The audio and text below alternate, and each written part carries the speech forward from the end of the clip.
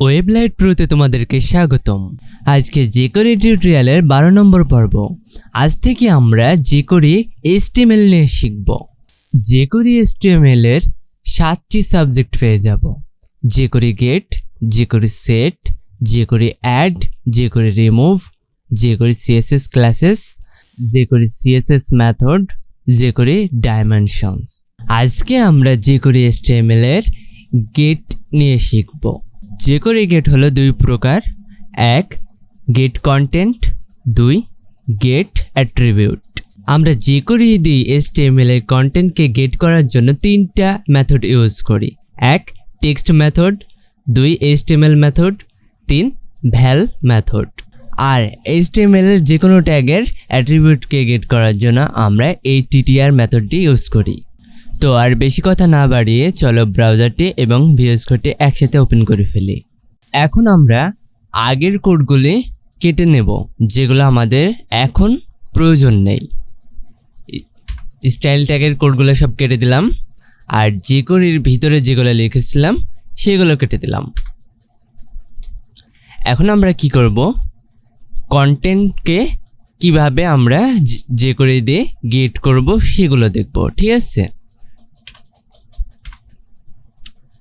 আমাদের একটা ট্যাগ আছে h1, এই হ্যালো jQuery এর ভেতরে এই কন্টেন্টটা দেওয়া আছে। ঠিক আছে, এটাকে আমরা অ্যালার্টে কিভাবে দেখব। ঠিক আছে, তার জন্য আমরা কি করব, এখানে আগে সিলেক্ট করব কাকে গেট করব।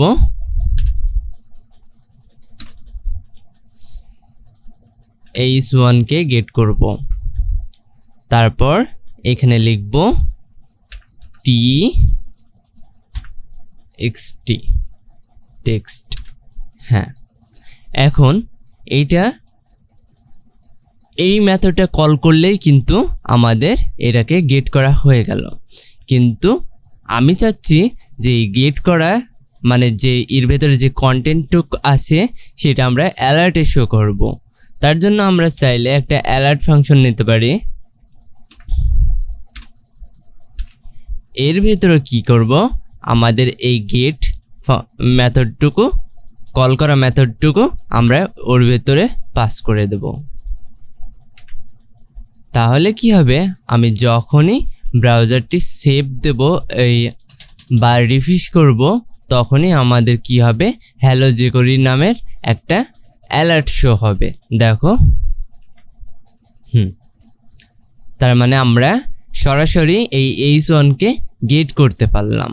ঠিক আছে, এবার আমরা এখানে যদি চাইতাম যে এর ভেতরে আরেকটা পি ট্যাগ আছে, ঠিক আছে, আমরা এটাকে কেটে দিচ্ছি। আপাতত পি ট্যাগ নিলাম এর ভেতরে, হ্যাঁ হ্যালো jQuery। এবার দেখি কি হয়। তারপরেও হ্যালো jQuery। আমি চাচ্ছি যে এই h1 এর ভেতরে যে HTMLটা আছে এইটা সহ গেট করব, মানে পি ট্যাগ সহ। তার জন্য আমরা কি করব, এখানে HTML, হ্যাঁ এবার সেভ দিলাম। দেখো এই পি ট্যাগ সহ আমাদেরকে গেট করে দিয়েছে। তার মানে আমি কোথাও ইউজ করলে আমরা পি ট্যাগ সহ আমরা সেটাকে ইউজ করতে পারবো। এখন কোথায় ইউজ করব না ইউজ করব এইটা তোমাদের মাথা থেকে ছেড়ে ফেলে দাও। আগে বোঝো যে এগুলো করা যায় বা এইভাবে আমরা গেট করতে পারবো। ঠিক আছে, তারপরে আমরা কি করব, ভ্যাল মেথডটা দেখেছি, এইটা কিভাবে হয়। আমরা কি এইভাবে ভ্যাল মেথড গেট করতে পারবো? দেখি, সেভ দিয়ে দিলাম। দেখো ভ্যাল কোনো কিছু আসছে না।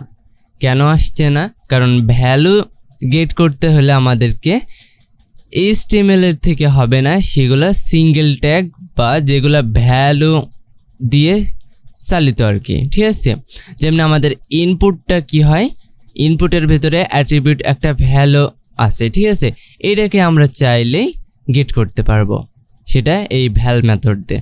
তার জন্য আমরা কি করব, এই ইনপুট ট্যাগটাকে সিলেক্ট করে নেব। হ্যাঁ দেখেছো, এর ভ্যালু ক্লিক মি।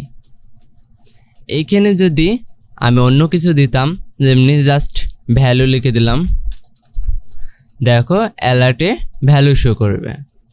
ঠিক আছে, তাহলে আমরা 3টা মেথডই শিখে গেলাম। এবার কি করব, আমরা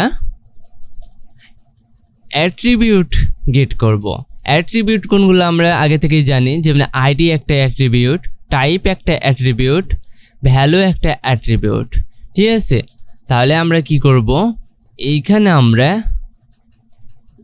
ATTR এটা কল করে দেব। ঠিক আছে, শুধু এটা কল করে দিলে হবে না, এখানে আমরা একটা প্যারামিটার ভাবে পাস করে বলে দিতে হবে যে আমরা কোন অ্যাট্রিবিউটের ভ্যালুটা চাচ্ছি।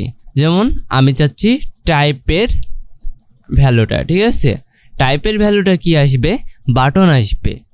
তাহলে আমি সেভ দিলাম, অবশ্যই এখানে একটা বাটন মানে এটা চলে এসেছে। ঠিক আছে, লেখাটা আমি যদি চাই এই আইডিটার এই ভ্যালু নেব, তাও আমি পাবো। দেখো আইডি, হ্যাঁ বিটিএন। আমাদের এমনও প্রয়োজন হয় সেগুলো গেট করার বা চেঞ্জ করার। ঠিক আছে, আমরা আজকে গেট করা শিখলাম, পরবর্তী টিউটোরিয়ালে আমরা সেট করা শিখব। ঠিক আছে, সেট। আচ্ছা ঠিক আছে, আজকের টিউটোরিয়ালটি এই পর্যন্তই। তো সবাই ভালো থেকো। এই ভিডিওটি ভালো লাগলে অবশ্যই একটা লাইক, কমেন্ট এবং চ্যানেলে এখনো পর্যন্ত সাবস্ক্রাইব না করে থাকলে অবশ্যই একটা সাবস্ক্রাইব করে দিও।